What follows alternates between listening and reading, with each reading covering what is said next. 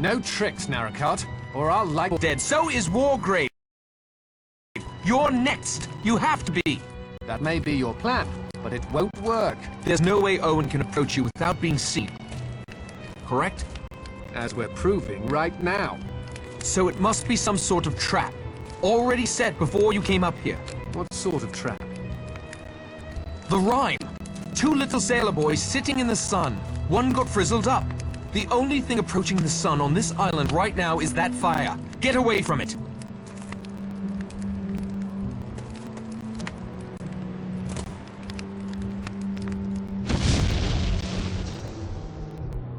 I like a good explosion as much as the next fella, but not when I'm the target. I owe you an apology, Narracott, and my thanks for saving my life. Believe me, I wasn't sure. You out of everyone had been responsible for the most deaths. You see, I'm not Philip Lombard. My name is Charles Morley. Got papers to prove it, too. Bill was a friend of mine. He committed suicide a couple of weeks ago. I was at his place when the solicitor Morris rang up. It sounded suspicious. I thought it might have something to do with Phil's death. I wanted to get to the bottom of it, so I came along in his place. Besides, 100 guineas is 100 guineas. So you're no murderer? I'll confess I've thought of murdering you more than once the past few days. Listen, Lombard. Morley. I need to ask you a terrific favor. You've earned the right. Can you play dead for a while? Stay out of sight. Vera must be the killer. The jury's still out as far as I'm concerned. But if Owen thinks you're out of the way, he may try for me. Or Vera, if she's innocent. Which is why I have to get back to the house. Say, old man, if you want to get into the house without making a racket, the window to my bathroom is open. I used it to get out on the balcony and, make sure Vera was safe. Uh-huh. Okay, thanks for the tip. Will you lie low? Come running if there's trouble. Chapter 10. One little sailor boy left all alone. He went and hanged himself, and then there were none. I hear a voice. No, voices. They're coming from upstairs.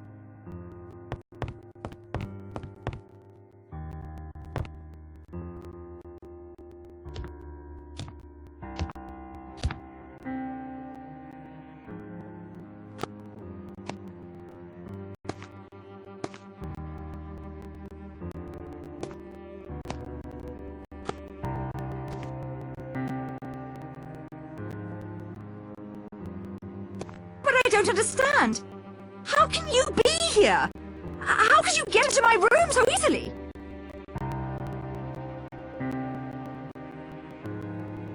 I've always had a duplicate set of keys, Miss Claythorne, as a former and actually the current owner of this house. You own this house? I have for several years. I saw to it that Emily Brent died 2 weeks ago. I took her place for the weekend. My finest performance, I think. Worthy of the Oscar the Academy always refused me. But the bee stings! Hurt like hell, and did nothing for my complexion. But Emily Brent was allergic, not me. It's my apiary, after all. Who are you? My name is Gabrielle Steele. You've seen my screen room. The actress? Some scandal in Hollywood. Scandal? Well, I guess if you call trying to kill your leading man a scandal, yes, it was. My final picture, Last of the Borgias. Something happened. Lillian Borgia, the character I portrayed. One day on the set, suddenly she was inside my head. She wormed her way in. That's the only way I can think to explain it. Telling me to do things. Showing me how. They called it a breakdown. I now like to think of it as a meeting of two minds. But why this elaborate plot? Why kill all these people? Why? Wargrave, of course. He was absolutely right. He was the central character in our little drama. The Edward Seaton trial? Yes, Edward Seaton. My love. My life. We met some years ago when I first came to London to star in a play in the West End. Then, after the incident in Hollywood, I came back to England to rest. They wanted me to rest. Edward and I fell in love. I cannot describe to you the depth of our love. You wouldn't understand. I've seen how you flirted with Lombard and Narracott, playing them off against one another. Did I? I was frightened and confused. I suppose that's as good an explanation as any. I was never confused. Edward was an innocent man railroaded by that venomous old judge simply to prove a point. That it was his courtroom, his law. 3 days Edward suffered. He couldn't bear the shame or what it would do to me. He killed himself for me. I wanted Wargrave to suffer those 3 days, watching as death approached, powerless to prevent it. But why the rest of us? I met Miss Brent at a resort soon after I arrived in England. Hateful old hag. I think I caught her qualities quite nicely. I heard how she had punished Beatrice Taylor for her so-called sin. Drove her to take her own life, just as Wargrave had driven Edward to suicide. I wanted to extend Wargrave's torture for 3 excruciating days. What better way than to make him watch others die? Crimes committed under his very nose. Deaths he was helpless to prevent. How his ego must have been scraped raw. You researched? Found us all? Others who had apparently escaped justice, like Miss Brent, with the help of my attorney, Archibald Morris. How could he agree to help with such a mad plan? Mad? Madmen kill for no reason, no sense of justice at all. I only killed those who deserved to die. And Morris was a perfect little lawyer, asking no questions as long as the money was good. He'd been responsible for a few miscarriages of justice on his own, so killing him was not a serious moral dilemma. Then the stage was set. We arrived on my island, and the play began. The trickiest part was goading Armstrong into getting so drunk he wouldn't notice the imperceptible pulse that remained after I took the curare.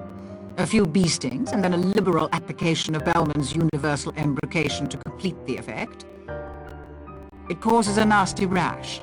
He saw what he expected to see, a severe allergic reaction that can only result in death. You killed the judge twice. Hardly. The first time was some fool scheme he cooked up on his own with Armstrong, so he could pretend to be dead and catch Mr. Owen. I admit stealing Miss Brandt's grey yarn and fashioning a wig from it was a nice touch. I was so angry. I couldn't think who had done it or why. I thought braining him with his own law book would be enough to fit the chancery rhyme. If you shoot me, you'll be arrested. Patrick will catch you. I'll deal with Mr. Narracott presently. Then I'll take poison. This ring I wear is a prop from the Borgia movie. Came in very handy this weekend. First for Marston, then Ethel, then my own curare.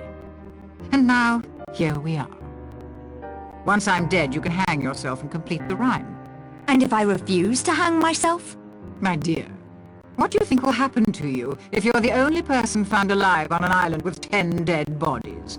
If you don't hang yourself, the law most certainly will. Patrick! This is neither the time nor the place.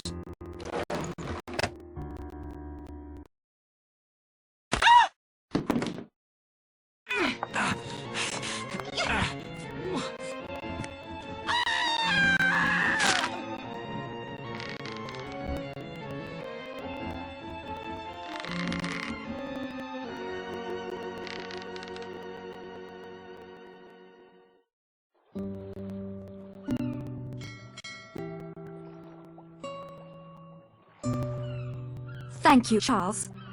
That's right. If you ever need a break from Narracott, Charles Morley is in the London Directory. Treat her right, Narracott. As far as I'm concerned, you're a better man in a tight spot than Phil ever was. This little sailor boy isn't going near the sea for a long time to come. Will you listen to me now? If you insist. Hugo and Cyril went down to the beach early that day. By the time I arrived, Cyril was out too far. It was too late to reach him. Hugo claimed he had been distracted helping a passerby with directions. I knew how it would look. I thought I loved him. So I told the coroner's inquest that it was Arnie seemed to have vanished. I realized I had served my purpose. How would it have looked if the boy who stood between him and a fortune died while in his charge? He didn't think he'd done anything wrong. That was the most frightening part. Cyril wanted to swim out to the rocks.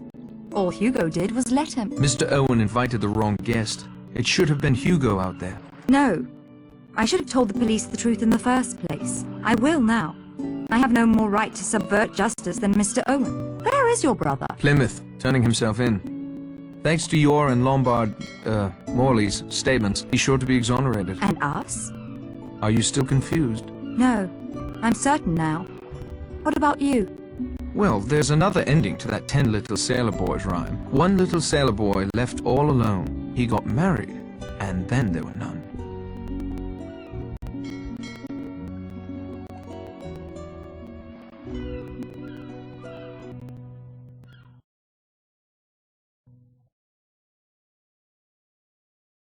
Silence, please. I have prepared a special reward for you. The original ending to our little story is somewhat different than the one you have just experienced. If you can complete a final puzzle, childishly simple really, you will be able to learn the original solution to "And Then There Were None," as Dame Agatha Christie first wrote it. Interested? Then your first step is to make your way to the dining room for a final treat.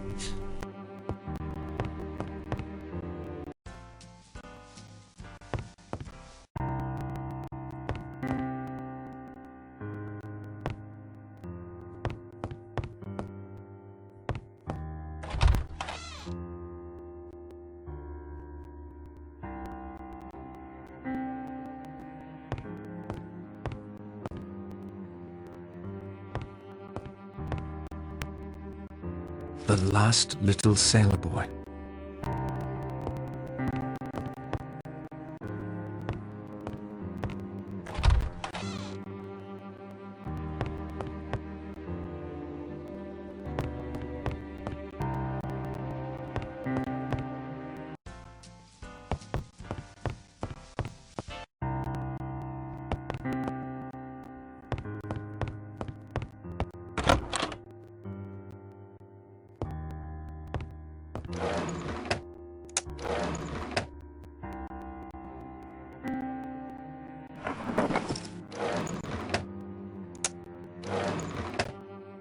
That isn't such a good idea.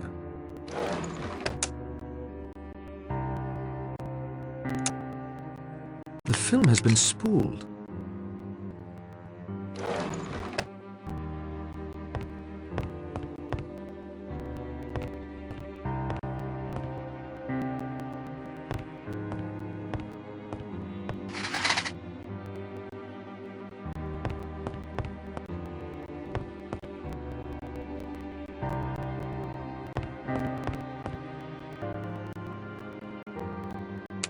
From my earliest youth, I realized that my nature was a mass of contradictions. I have an incurably romantic imagination, and it was for this reason that I adopted a rather childish and unreliable approach, writing my confession, enclosing it in a bottle, and casting it into the waves.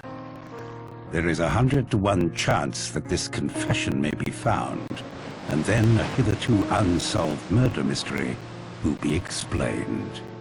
Another trait born of my contradictory nature is my sadistic delight in causing death. From an early age, I knew very strongly the lust to kill. And yet, I was also indoctrinated with a strong... With this mental makeup, it was inevitable that I would adopt the law as my profession. After ascending to the bench, I found that most of my baser desires were quenched in a legal and just way. And yet of late, I have felt a nagging urge, one that will not free me from its insistent grip. That is the urge to commit a murder myself. I fancy myself in crime, and my imagination waxed secretly to this colossal force. However, I was restrained by my innate sense of justice. The innocent must not suffer. And then, quite suddenly, the solution came to me. I would punish those that the law could not touch. In my years on the bench, there were many cases that frustrated my will, cases wherein I knew the convicted, cases of deliberate murder that were quite untouchable within the confines of the law. So I determined to commit not just one murder, but murder on a grand scale. A childish rhyme of my infancy came back to me. The rhyme of the 10 little sailor boys.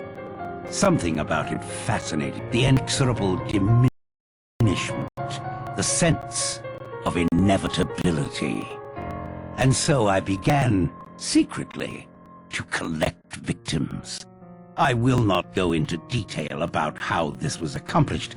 Suffice to say, I was convinced of the guilt of every one of my victims, and I knew enough about them via my connections to be able to lure each one to Shipwreck Island with an appropriate bait.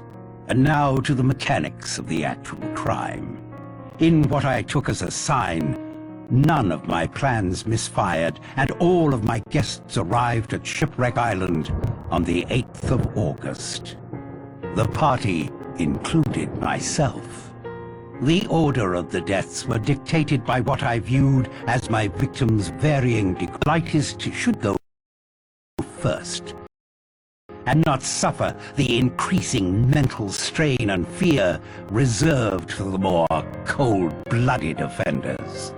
The first death had already occurred. Archibald Morris, a shady little dope peddler, had set up the details for me, renting the island, sending the letters, and recording the gramophone record before I ended his life with a dose of potassium cyanide. Anthony Marsden and Mrs. Rogers died next, one instantaneously, the other in a peaceful sleep. Marsden's crime was one of circumstance, and his amoral Mrs. Rogers, I had no doubt, acted largely under the influence of her husband. Their murders were the easiest. Poison easily slipped into a glass for each of them, as at this point no one had any reason to be suspicious. Death quite painlessly, and never heard me approach.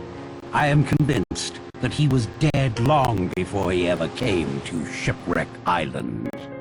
At this point, I found it necessary to recruit an ally. Dr. Armstrong seemed suited to this task, as it was inconceivable to him that a man of my standing could be a murderer. He was taken with no resistance. I killed Rogers on the morning of the 10th. He too did not hear me approach. During the chaos arising from finding his body, I slipped into Lombard's room. At breakfast, I slipped my last in his bread's coffee. It was enough to render her unconscious, and I returned a short time later to inject a strong dose of cyanide into her. It was just after this that I intimated to Armstrong that we must carry our plan into effect. This would perhaps rattle the murderer, and at any rate would allow me to move about the house and spy on whom I wished. A gunshot and some red mud on the forehead was all it took. After all, it was only Armstrong who examined me closely. After returning the revolver to Lombard's room, I had a rendezvous set up with Armstrong on the edge of a cliff. He was still quite unsuspicious, although he ought to have been warned by the nursery rhyme, "A red herring swallowed one." Once at the cliff, I uttered an exclamation, leaned over the cliff, and quickly into the heaving sea below. He took the red herring, all right. And now came the moment I had anticipated. 3 people who were so frightened of each other that anything might happen. And one of them had... I watched them from the windows of the house.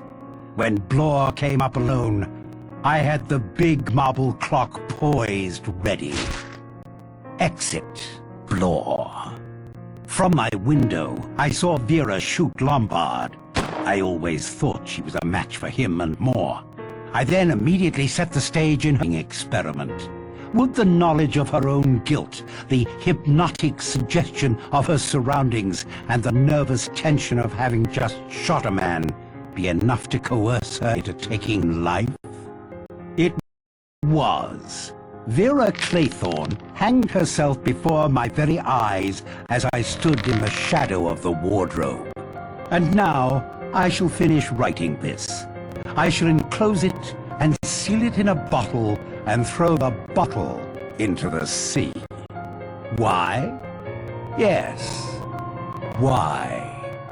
I suppose I have a pitiful human wish that someone should know just how clever I have been. I must go now. This.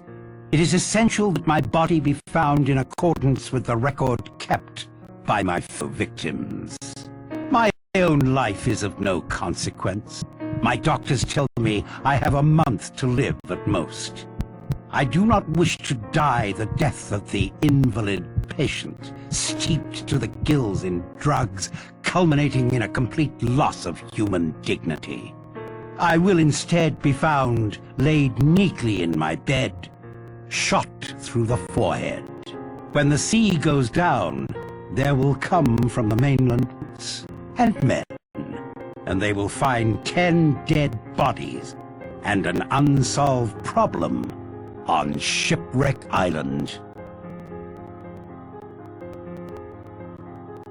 Signed, Lawrence Wargrave.